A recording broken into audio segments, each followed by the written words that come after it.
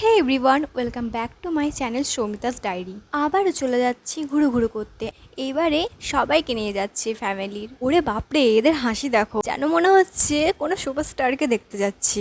যেহেতু দুটো টোটো ছিল আমাদের, তাই আমরা আগে পৌঁছেছি, আর একটা টোটো আসছিল পেছনে, তাদের জন্য দাঁড়িয়েছিলাম।